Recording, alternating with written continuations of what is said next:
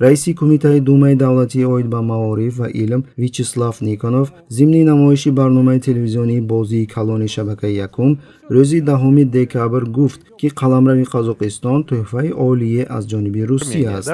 Казахстана просто не существовало, Северный Казахстан вообще не был заселен, Но казахи и так далее. Они существовали, да, они существовали гораздо южнее, и, собственно, территория Казахстана – это большой подарок со стороны России, Советского Союза. Там. дар навбати худ вазорати корҳои хориҷии Қазоқистон 12 декабр кордори муваққатии Федератсияи Русия дар Қазоқистон Александр Комаровро дар ин бора даъват намуд. ба дипломати рус нотаи бо мавқеи вазорати корҳои хориҷии Қазоқистон супорида шуд. вакили дигари Русия Евгений Фёдоров аввалин шуда ба нота посух дод. ба гуфтаи Фёдоров, агар Қазоқистон эътироф накунад ки тӯҳфа гирифтааст, пас бояд ба таври дигар суҳбат кард.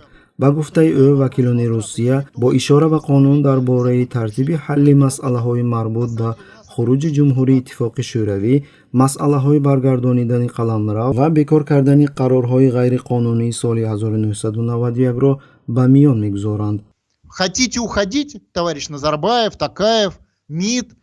Ну, хорошо. Берите чемоданчики, отдавайте территорию, город Верный, Алма-Ата и все остальное, и уходите. Они скажут, а у нас не остается территории, куда уйти. А мы-то здесь при чем? Вы тут нищеброды арендовали у нас квартиру. Потом вы решили с нами поссориться. Проваливайте с нашей квартиры, из города Видного. изҳороти вакил Никоновро вакили маъруфи ҷанҷолӣ Владимир Жириновский низ дастгирӣ кард. чунин изҳороти масъулин вокуниши хушунатомези хашми сокинони Қазоқистонро ба бор овард. дар шабакаҳои иҷтимоӣ истифодабарандагон манъи фаъолияти расонаҳои Русияро дар Қазоқистон талаб доранд ва инчунин талаб карда шуд ки вакилоне ки баромад карданд персона нон грата, яъне шахсиятҳои номақбул эълон карда шаванд. Персоны нон грата, какие-то дела. Персона нон грата это безусловно. Человек, настроенный к нам столь недружелюбно, вообще не имеет права к нам приезжать. ёдрас мекунем ки тамоми қаламрави Осиёи Миёна аз ҷумла Қазоқистон замони як воҳиди сиёсии мусулмонон буд ки онро Русияи подшоҳӣ тадриҷан забт кард ва дар тӯли солҳои дароз таҳти назорати он буд.